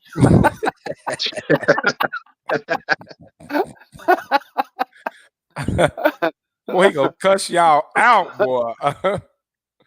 Oh man. No, man, I think I mean, there's not no big names on Boston's bench, but like when you got a starting 5 like that, I mean, True. Like you don't have to have a tremendously strong bench. I think the question is, are they battle tested? Dallas, they were a 5th seed coming from a 5 seed. They haven't had home court advantage, yet, and they're not gonna have home court advantage. So they came from on the road. I think they're a little more battle tested in these playoffs. Well, in these playoffs. First round. Jay Grizz, I'm gonna give you D Rose off that, and a close second is Kevon Garris. Pat Beverly, take his damn name off there. Stop it. Hey, Ronnie Fields was not a guard to me. Go ahead. I'm sorry. Go ahead. Hey, Kevo, while you bullshitting, you better not overlook Frank Williams. Don't overlook. Frank Williams is a bad boy, man, but he Peoria. I don't count him Chicago. But he was a bad boy. He's a bad boy. Frank was a bad boy, man. But I'm not gonna put Ronnie Fields up there. I'm not doing that. Sean Livingston was Peoria. And Kev, you're looking at Pat Bev now. But Pat Bev averaged 30 a game in high school, man. He was averaging 30, bro. 30 a game. He did, and he was a scorer at Arkansas. I get all that. Hell, he was a scorer when he first got to Houston. So they changed his role. Yeah. But Kevon Garris was a bad boy, man. Yeah, Kevon. Yeah. Right. So let's think back. I've been dying to ask you guys this question, man. What happened? What was the breakdown in Minneapolis? Breakdown to what? How did they break down against Dallas, man? Maturity. Was it just the age? Maturity. It's maturity. They still maturing as a team. Even Anthony Edwards as a, they trying to put the Michael Jordan thing on him right away. He did have Jordan. Great moments. He did have some great moments in the series, but I still consider him an up and coming superstar. I'm not gonna give him that top guy in the league label yet. I think he still got a little more growing to do. I put coaching on it too. I saw a lot of coaching errors in that breakdown Minnesota. I don't know if it had to do with their coach being behind the bench on crutches or whatever because he tore his knee up. But yeah, it was just a lot of maturity. And we know Cat. We all know Cat mentally just isn't that tough. Connolly calls that when Connolly ran into him, that's why he tore his knee up. Yeah, that's how he tore his knee up. Was that against Denver? Okay, so again, Minnesota led every single game under 5 minutes and blew well 4 to 5 game, right? as Isaac would say, coaching matters because the breakdown was It just does. too. That was So just they didn't get dominated. They went against two dudes that on any given night can score 30 apiece, and they did that throughout the series. But again, they led in every single game. You couldn't close them out. Under 5 minutes, they didn't know how to close. That's when your maturity comes in. That's when your veterans come in. It does not help the matter that Kyle Anthony Towns decided to shoot threes the entire series, even though he wasn't making them. And stayed in foul trouble. Kept chucking them up. Stayed in foul trouble. No one had either the balls or the, hey, dude, stop shooting the damn three. Get your big ass on the block, bruh. You being guarded by somebody that's 6'6", 6'5", 6'7". Get your ass on the block. No one had the guts to tell him that. Yeah. So he kept chucking up threes. He think, I'm the best shooting big man in the league. Eventually, they're going to fall. Now, imagine this. You could have got a couple buckets when you led with 5 minutes left in every game. A couple buckets could have put you over the top in a couple of those games. But you chose to keep shooting threes. No one has sense enough. And I guess Ant ain't, he ain't got that dog in him yet to say, hey, dude, stop shooting the damn three. Like they didn't have it. And I blame Mike Conley for that. Because Mike Conley is better enough to say, first of all, I'm not going to pass you the ball if you're on the 3-point line. I'm just simply not going to pass you the ball. But they were taking the ball out of his hands. Conley, those last 5 minutes, the ball was out of Conley's hands most of the time. And that was a downfall because in the Denver series, and that was he had that ball in his hand. Yeah. Agreed. You got that. Those are times you got to lean on the veteran. But with Cat, that's always been a knock on him. Like when he gets in foul trouble, he's not as aggressive. He kind of, he's not the same. He get a couple of fouls, he just get mentally, he's just out of it. The chucking up the three thing, I 100% agree. But that's when you having a true point guard, and they have one in Mike Conley. They got one point guard, but Ant was bringing the ball up, and Ant brought the ball up most of the time in those stretches. So, and then they kind of got into this one-on-one thing. They got away from what got them the lead, and they, And okay, I'm gonna say this about Ant. Ant wanted the smoke with Kyrie. And he got it. Yeah. And Kyrie never said a word. He got I know. And now think about this. He said in his press conference and said he was working out for the season. Now he has to change his mindset and work out for a deep run in the playoffs. And when you try to take that challenge against Uncle Drew, bro, Yeah, he got all that, and it killed him on the offensive end because trying to stay in front of Kyrie, man, dude, that is one of the toughest assignments in the world. You should have had Conley or somebody else coming off the bench and threw some different bodies at him, man, because you have to throw different bodies at him because he's gonna wear you out. Well, and Kyrie never said a word, bro. And think about this. Remember we was looking at Kyrie last series, like, dude, you gonna score? You Kyrie? What you doing, bro? Right? And they got past the series. He came in game 1 of this series and said, I'm gonna be a scorer this series. You know he took that personal with Ant-Man. He ain't say nothing. But he came right in. Okay. You gonna guard me? Okay. Came right in the whole series. He didn't score 30 last series. He did it twice, three times? No, twice this series. Twice this year.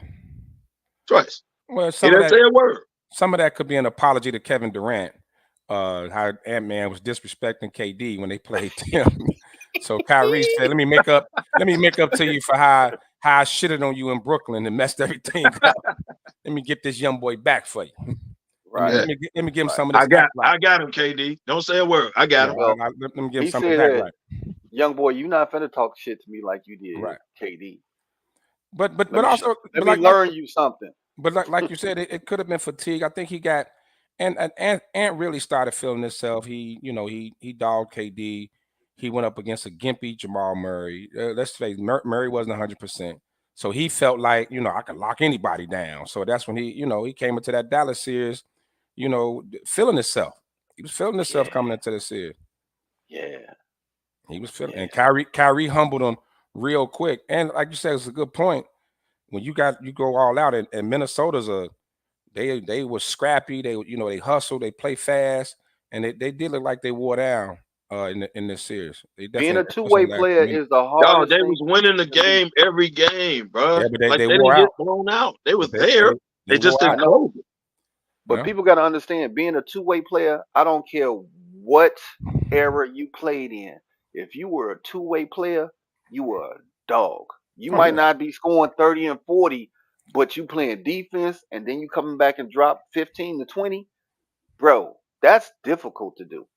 Yeah. How much is that on coaching? Because we saw a couple times Ant-Man was gassed. He was literally walking up the court. How much is that as coaching? See, that to me, that's where that falls, because we all knew end of the third quarter, 2-3 minutes before the end of the third quarter, what happened to Mike? Boop! He's coming out, right? Yeah. Coming out the last 3 minutes, commercial break in between periods, and like the first 3 or 4 minutes of the fourth quarter. That was his time. Every single God blessed game we knew. Like clockwork. If the sun rises in the east, that was his rotation. Coaches have to do that. And you have to be willing to, and you gotta be willing to take that, whatever. No matter what that player says. Oh, I'm good, coach. No. Yeah. Well, always get your stars out towards the end of the third quarter. Always. Right. But also, you also got to be able to weather that storm if it goes the wrong way. Your guy's out, you can't be ready to put him back in because the other team went on a 6-0, 8-0 run.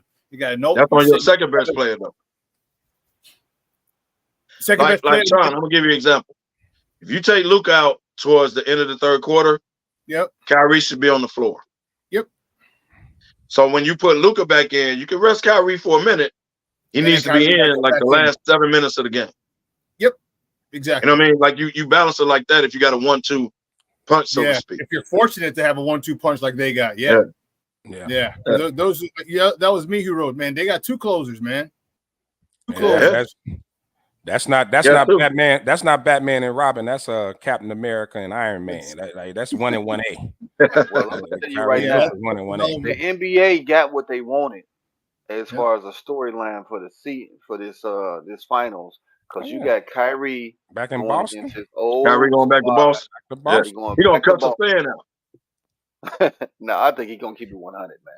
No, this is gonna really test, like we say, his maturity and how much he's grown. Right. If he's gonna go out there trying to show up the Boston crowd or with a vendetta, like some personal, he ain't got to do that. He got Luka. Right, that's what I'm saying. He don't have to, but if he has that mindset, because of course they're gonna boo the hell out of him every time he touch the ball. We already know how that's gonna go down. So the birds out there. Yeah, and I think what's underestimated and what's gonna give Boston problems, going to Gandy's comment, pulling Gobert. Because Gobert did clog up the middle a lot. I don't know what's going on with that. I don't know why they even traded for Gobert. But and with Cat being in foul trouble, that kind of played a part too. But I think what Dallas gives a lot of people problems, that trade deadline, man, that move, they got some athletic bigs. They got some athletic bigs. Lively, whatever, how you pronounce his name. Lively, Gafford. Yeah. Former Chicago Bear, for Chicago Bull, excuse me. Right. Yeah, Gafford. Yeah. They did get rid of him. Now, PJ Washington PJ Washington. Who's gonna guard him? Because he has found a new life. Bro. Yeah. PJ, goodness gracious. But PJ was balling. He was in Charlotte, wasn't he? Was he in Charlotte? Where did PJ come from? Yeah, he was in Charlotte. He was in Charlotte. So like he was kind of a unknown, but PJ always could ball though. PJ could always ball. I don't know where this 3-point shot came from. He's 5 years. But your PJ Washington, this is how you're gonna be Boston. You got to be Boston by your PJ Washingtons, your Lively's, Gaffers on the boards, Tim Hardaway Jr. Like that's how you beat Boston. Because here's how Boston's gonna beat you. I'm gonna take Jaylen Brown and Tatum out. Holiday can score when he wants to. He just doesn't. White can kill you on any given night. Yeah. Pritchard comes off the bench. Just trying to tell you, White can kill you on every given night, bro. Even though he's supposed to be the point guard. Pritchard can kill you. They get Porzingis back. Let's talk about this. You got to remember, Porzingis used to play for Dallas. Kyrie used to play for Boston. That's right, Porzingis and Luka. Yeah, it was Porzingis and Luka. So you got that both ways. But you get Porzingis back, who is the biggest third option ever on matchup problems. But I think Porzingis gonna struggle with those bigs though. I think he's gonna struggle. No, but he can step out and shoot though. See, here's the thing: you can either he's not gonna post up, but you can hit him with like the mid post. He can either turn around and shoot. It's not his offense. What third option do you have to match up with him? I'm like Lefty with the defense because I'm gonna tell you, Lively and Gafford, anything around the bucket, they trying to put you in the basket. Through it. They trying to put you through the basket. What? And you know, what third option do you have to match up with Porzingis? Horford can't jump this high. Facts. Facts. Horford ain't got Fly jump higher than Horford. You notice I didn't mention Horford. So look, what third option? Because you got Tatum, Brown, maybe Holiday. What third option or fourth option do you have to match up with Porzingis on Dallas? I think Dallas has it's kind of by committee when you talk about their third option. The one thing I think they got better at, and Luka definitely got better, is when somebody's hot, he hits them. Like I think he's gotten a lot better at that this year. So it depends on who's hot. He trusts the team more. Yeah. So he's making a pass. I get that. Luka averages down at 10 assists a game, y'all, by the way. Yeah. So I get that. He better at, when he get in his mode, the step back, all the offense through me and the step back threes and everybody standing around looking at him, Dallas loses. Yep. When he kicks the ball, he throwing alley-oops, cool, they win. Because Kyrie know how to play off him now. If you watch, Kyrie like, okay, he gonna do his thing. He gonna do his step back threes. He gonna right. But when he give me the ball, I know how to pick my spots. They can't run. Kyrie kind of plays off him. I'm putting this in. I want y'all to hear me and hear me correctly. Boston cannot run with Dallas because of the bigs run like Clydesdales and they go above the rim. And then the scariest thing in the world is to have Kyrie on the break and with the ball in his hands. Because he going to the basket. He going to and one you or he going to the line. So you can't run with them. So they need to slow the game and play more half court than going. Boston jacks up threes just like Dallas does, dog. Boston ain't no slow down team. They jack up a lot of threes. If they hitting or not, they're gonna jack up a lot of threes. That's what Dallas does. The slowdown game is when Luka slows the ball down. Kyrie pushes the pace. Luka slows the ball down. In the mini Dallas series, it kind of hit me. You know how people say that Steph messed up the league with his 3-point shooting and all of that, and I always called that BS.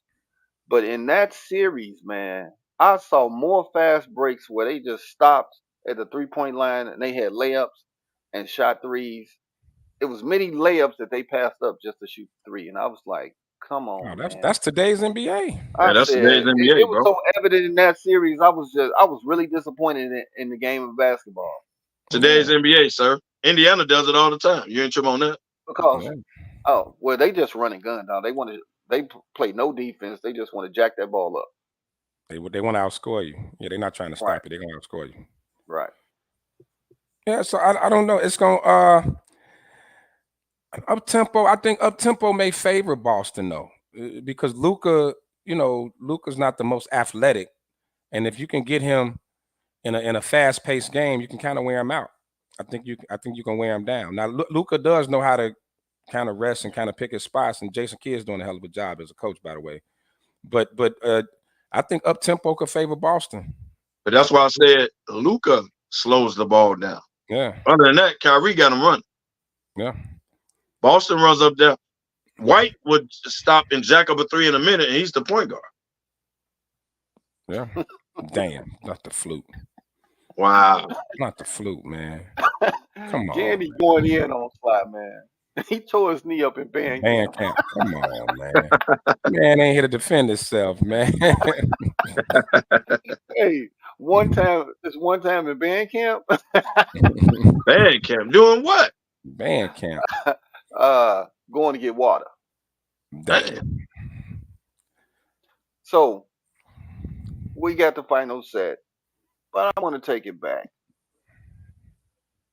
Silk, if you out there, man, are you giving the Knicks a pass?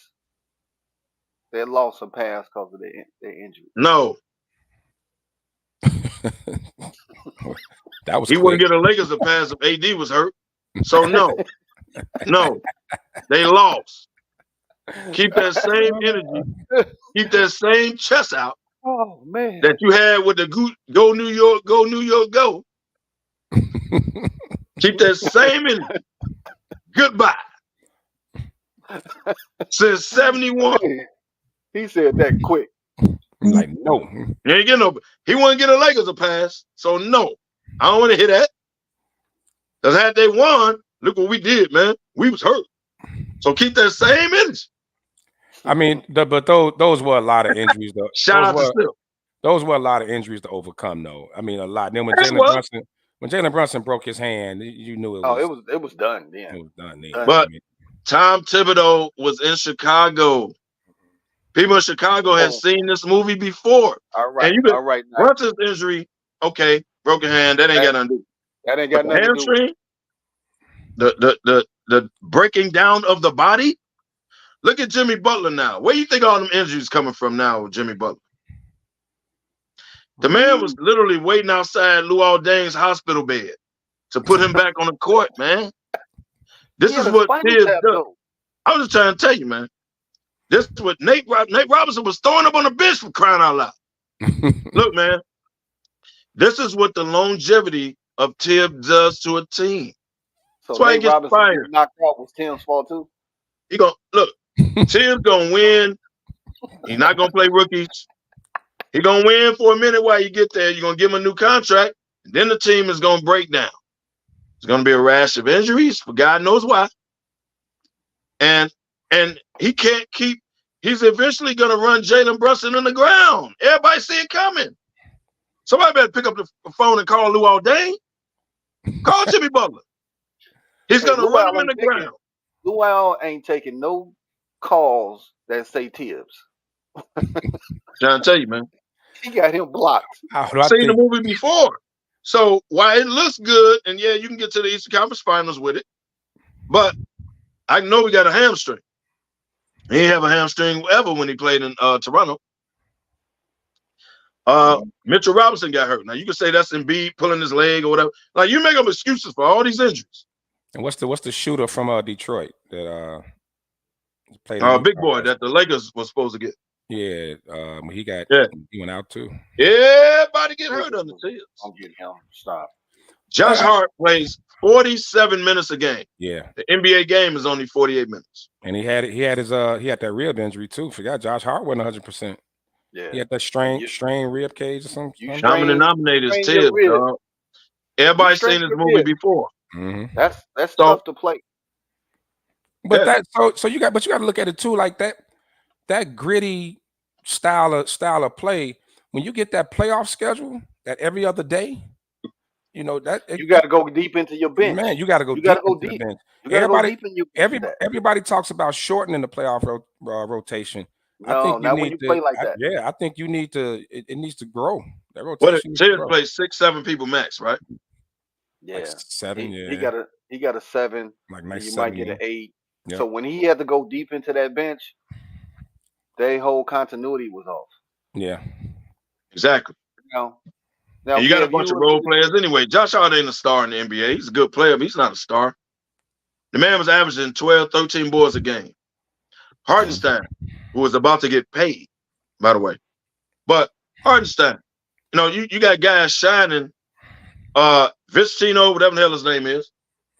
Golden State got rid of him. Milwaukee got rid of him. He's a star in New York. They didn't get rid of him. Golden State didn't get rid of him. Yeah, they couldn't sign him back. He took that bag. Okay. Well, why Milwaukee get rid of him? They had too many guards. Yeah. They had too many guards. Okay. So, but he's a star in New York. But they should have kept him over somebody, some other cat. You can't, if you think you're going to win a championship or at least get there by Jalen Brunson dribbling the ball 1,000 times a game and going one-on-one and everybody just be ready to shoot and everybody crash the boards, that ain't I guarantee you Randall ain't coming back. Hey. They're going to get rid of Randall. That's what I tell you. Hey, Kevin. They'll get rid of Randall. I know you, I don't know if you saw what I put in the group, but your boy got his own podcast. Oh. The Greek Freak brother. Oh yeah, Thanos, the Nasus, whatever his name is. Yeah. Oh yeah, I saw that. He got his own podcast, bro. That right there, that floored me, man. That floored me that he got his own podcast. Did you know he tore his ACL after the season? Where he slipped going to the bench? No bullshit. Look it up. Cheering for he tore his ACL after the season. Come on, man. He's on his way. Look it up. Look it up. He's on his way to the bank. Right. Right. That's where he was going. Right. No, I think so. I mean, Giannis' mama told him, take care of your brother. And he taking that to heart. Definitely. But you know you what? ever notice Giannis get hurt or he look like turned his ankle? Who the first off the bench? I got him. It's called. He doing what his mama told him. It's called, his podcast is Thanalysis. Oh my God. You the same dude as a professional basketball player to get 8-second counts. You the same dude to do that. You can't get the ball over 8 seconds. Bringing the ball. I swear to God, look it up. Hey, I swear to God. You a professional basketball. Everybody get the ball over 8 seconds. Hey, you do that. Come on, man. Yeah, but I mean, think about the playoffs this year, man. Injuries really like affected big time. It was a lot of big name stars, man. It was Giannis. You know, you had Giannis out in Milwaukee. Jimmy Butler goes down. Donovan Mitchell goes down. Jamal Murray was gimpy. You know, injuries really. You know, Jalen Brunson went out that last game, but injuries really played a huge part in the playoffs this year. Which not my point. Not taking away from Boston, but yeah, you making my point, Damani. Yeah. If Boston does not win it this year, now what? This series, it's championship or bust, is what you saying, Kevo? This series quietly has a 2011 feel to it. Dallas, Miami, kind of got that feel. Boston, don't bring that up, man. Dallas beat my Lakers that year. Boston, the overwhelming favorites. Dallas quietly, like they didn't have the best record since the trade deadline. They had the best record in the league since the trade deadline. People kind of underestimating Dallas. Same going in, they heavy favorites with the superstars and all that. This got a 2011 feel to it. This got a 2011 feel. We got a couple minutes left. Yeah, but they ain't got no Dirk, dog. Here's my question. Who got the better big two? Boston or Dallas? Woo. That's not a question to me. It's a tough one. All right. That's a tough one. I don't know. I enjoy watching Luka and Kyrie, but I'll give a slight edge to Tatum and Brown. Very slight edge. I give a slight edge to them. No sir. No sir. This has Luka and Kyrie written all over it.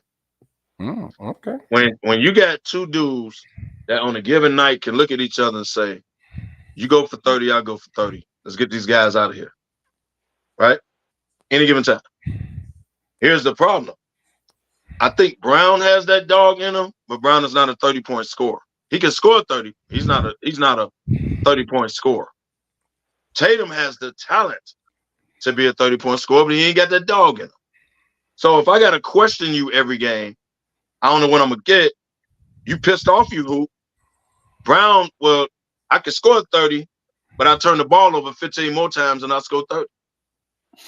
I look at Kyrie and Luka like they both can run off 30 anytime they want. Luka is a walking 30. It's just a matter of whether he want to pass the ball or not. You know what? You're right. You know what? You're right. You right. I got Kyrie and Luka, dog, and this all the way long. It is Dallas. It is Dallas. Yeah, it's Dallas. It's Dallas. Yeah, I'm tripping. It's Dallas. Kyrie and Luka, man. I ain't saying, Brown and Tatum can hoop. Don't get me wrong, but if you're gonna put these two against these two, I'm going with Kyrie and Luka all day long. I'm looking for. I want it no less than 6 games, bro. I would love 7. I would love a 7-game series out of this. But I would love. But Lefty, how many games? The NBA gonna make sure you get 6 or 7. Trust me. You're gonna get at least 6. You getting 6 or 7. You getting 6 by any means necessary. Getting 6 or 7 games. After this little layoff, this little over a week long. You gonna get 6. Getting 6 or 7 games. Remember, they got the Buffalo Wild and Wings button. This series going to Father's Day. We're gonna have basketball on Father's Day. I tell you. We're going to Father's Day. They ain't gonna be over before that. Shit. Trust and believe. No, it got to be 6. Man, the matchups, man. This is I think it's a hell of a. The matchups are great. I'm just looking at it. So yeah, I can't see nobody getting swept or nothing like that. Poly grip. Hey, Gandy Pat coming from you. He coming from you, bro. Poly grip 13. 13. How many games, Kevo? You agree? It's going 6. Yeah, I got at least 6. Look at the teams we talking about. Boston will screw off a game, but so will Dallas. So you got 2 teams that'll screw off a game, and God knows why. They'll pull it. So that alone tell you they're going at least 6. Yeah. Boston got home court, right? Yep. Okay, they'll lose a game at home, but then so will Dallas. Yeah. So you're gonna get 6 out of it, regardless. Okay. Kevo, who you got winning, and who's the MVP? The MVP is a hard question. Let's see how the series go, because I don't think Tatum will guard Luka, because Luka too big for him. So I don't think they guard each other. So as far as the MVP, I don't know if that means Brown gets off or does Tatum get off. So the MVP is a hard question. You got to come back to me on that one. I got to see how that plays out. As far as who wins, I'm going with Boston. Even though I'm a Laker fan, I hate to do that. Shout out to Drew. Ooh, but I'm going to go with Boston, and here's why. You said it earlier, Ben. This is championship or bust. No, I can't cheer for Boston. I'm a Laker fan. But look, on paper, these 2 teams, I don't trust the coach. I trust Jason Kidd over Missoula, because Missoula looks lost like a kid on recess that ain't got the word that everybody back in the class. But I'm gonna go with Boston, because I think it's. Where did that analogy come from, man? I'm not saying, man. It's like kids are standing there looking like, where everybody go? Where everybody go? Oh, it's time to go back to school. That's Missoula. But I think hit on that. But damn, man. I'm gonna go with Boston, because I think it's championship or bust. You've given a golden ticket to get here. You don't take advantage of this, I don't know when you're gonna do it. So I'm gonna go with Boston. And the MVP, get back to me. I gotta see how to see real quick, man. We got under 5 minutes. Said it had a 2011 feel. I'm rolling with that. I'm going Dallas in 7. Luka wins the MVP. Wow. Shout out to some of my favorite people, man. My boy Drew, PG, Danielle. I know y'all gonna hate me for it, but I'm rolling with Dallas in this one, man. I ain't saying I'm cheering for him, but I think Dallas gonna pull it out. Wow. And wow. Me and Gandy, we got the same prediction. I'm going Dallas, man. So they win in Game 7 in Boston Garden. Mm-hmm. Kyrie, what, 14, 15, and 1 in closeout games? Okay. Okay. Yep. Well, when we come back next Saturday, they'll have 1 game in. 2. So No, one. Thursday. one Right game there. in. One game. Yeah. Game Thursday. So we'll be dissecting this one like crazy on who gonna win based off that one game. So next week we really gonna get into it. Pardon shots, KDL. Shout out to everybody, man. Appreciate it. I was a little late today, man. Alarm got the best of me. No, Mess around with Lucky, but hey, man. Shout out to everybody. Tequila got the best. Its name is Cazadores. I've been messing with this dude for a week, man. That's her name. Like, hey, shout out to everybody. Miss Cazadores. Right. I've been messing with this dude for a week, man. I need a break. Shout out to everybody, man. Thanks for tuning in on the ride. Like I said, I went an entire 2 hours, but thank y'all for tuning in. City of Houston, much love. Y'all owe us nothing. Shout out to everybody in Houston. Took care of us. Herb Life, everybody. CDOT, everybody took care of us, man. Much love. Yeah. Definitely love it, man. Mad love to Houston, man. And before we go, definitely got to give our condolences and our prayers to our sister of the leaf, LaShonda Powell, who we lost this past week. Prayers to her family. Our deepest condolences, and to our VS sisters, the Crystal and Tracy, man. It's a big loss. She was a sweet, sweet, beautiful person, man. Like one of the nicest people you'll ever meet in life. So it's a big hit to the cigar community, man. Definitely. So yeah. And like Kev said, man, Houston, y'all don't owe us nothing, man. Shout out to the city of Houston, man. Great job on Houston Cigar Week. We had a ball. And of course, don't forget, June 15th, baby, West Side, South Side, Casa de Perez out in Maywood. Man, it's going to be a movie. Early arrival strongly suggested. We always put that out there, and it always happens. And that's how it is, and that's how it's going to be. Out of nowhere. It's just going to be that. It's going to be that.